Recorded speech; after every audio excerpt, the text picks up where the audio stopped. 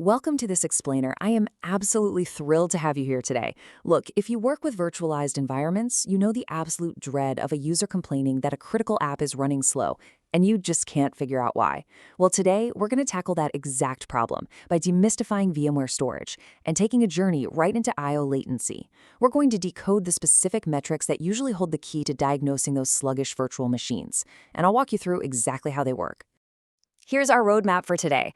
We're going to cover the hidden storage bottleneck, the anatomy of an I/O request, decoding those VMware latency metrics, performance thresholds and limits, and finally, tools for storage monitoring. Let's jump right in. Okay, let's dive into this.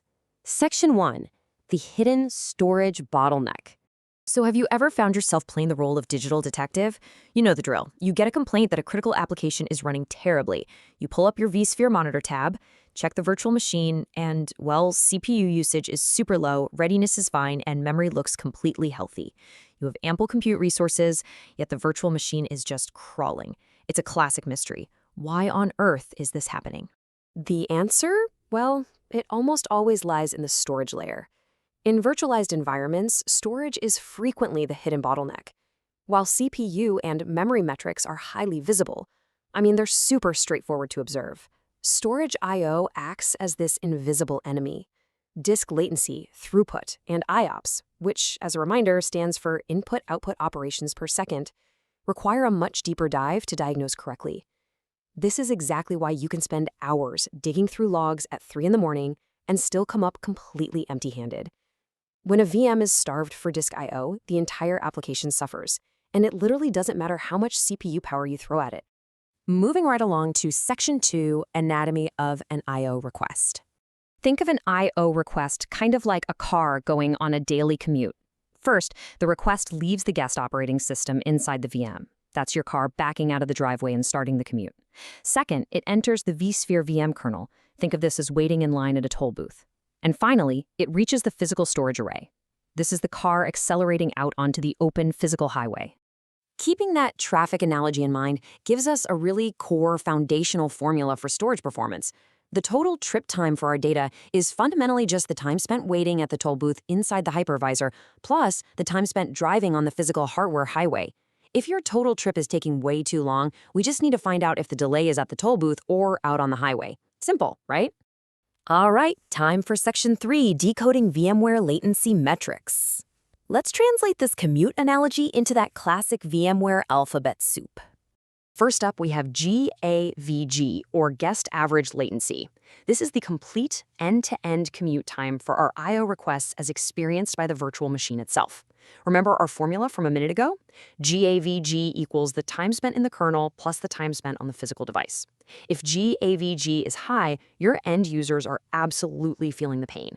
Next is KIVG, or kernel average latency. This is our toll booth delay. It's the amount of time an I/O request spends just waiting inside the vSphere storage stack before it even gets sent down to the physical hardware. Ideally, this should be 0. Your data should flow right through without stopping.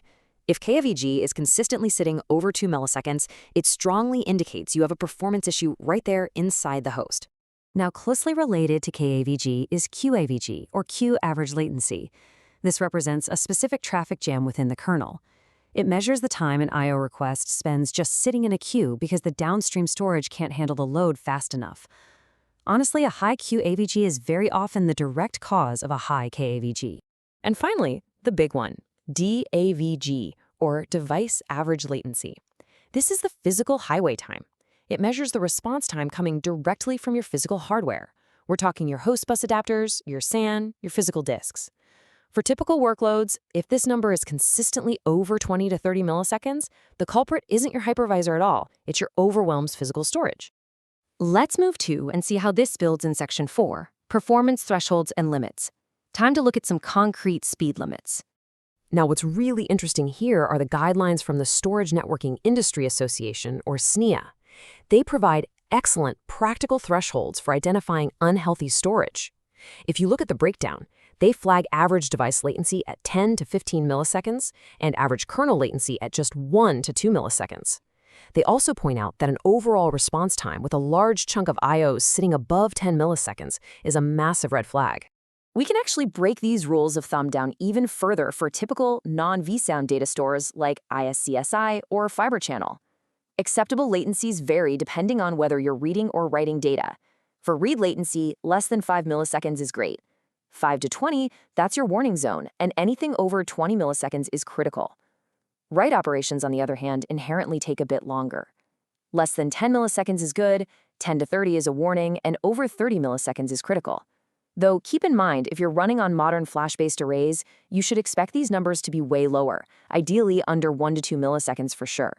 But hey, it's absolutely crucial to remember that latency has to be contextualized by the workload type. You really can't evaluate performance without knowing what the machine is actually trying to do. Looking at the expected IOPS for different workloads, an idle VM might generate up to 50 IOPS, right? And a standard web server might push up to 5,000. But a database server? That naturally demands exponentially more, easily ranging from 2,000 to over 50,000 IOPS. Knowing your expected IOPS range helps you understand if your latency spikes are due to a failing disk or simply a database doing exactly what databases do best, devouring storage. Which brings us to our final leg, Section 5, Tools for Storage Monitoring. Let's look at the radar tools we use to catch these latency speeders. You actually have several incredibly powerful tools at your disposal to track these metrics. First, vSphere performance charts give you fantastic real-time and historical views. Need more granular data? SSH into your host and use the command line tool ESXtop. Actually, just press D in there to see your disk metrics live. It's super helpful. You can also leverage VMware Storage I/O Control, or SIOC. This tool can dynamically manage VM I/O priorities and enforce latency thresholds so one rogue VM doesn't just hog everything. And for deep backend analysis, tools like IBM Storage Insights give you the complete picture of your physical arrays. So this all brings us to one final question for you. Are your virtual machines currently starving for I/O in the hidden storage stack? Remember our golden rule today. GAV equals CAV plus DAV. Total latency is simply your kernel wait time plus your device wait time. By monitoring these specific metrics, you can stop guessing and start pinpointing exactly where your performance bottlenecks live. But this begs a bigger question. If you uncover a massive physical highway traffic jam on your SAN today, does your team actually have the budget and architecture to fix it tomorrow?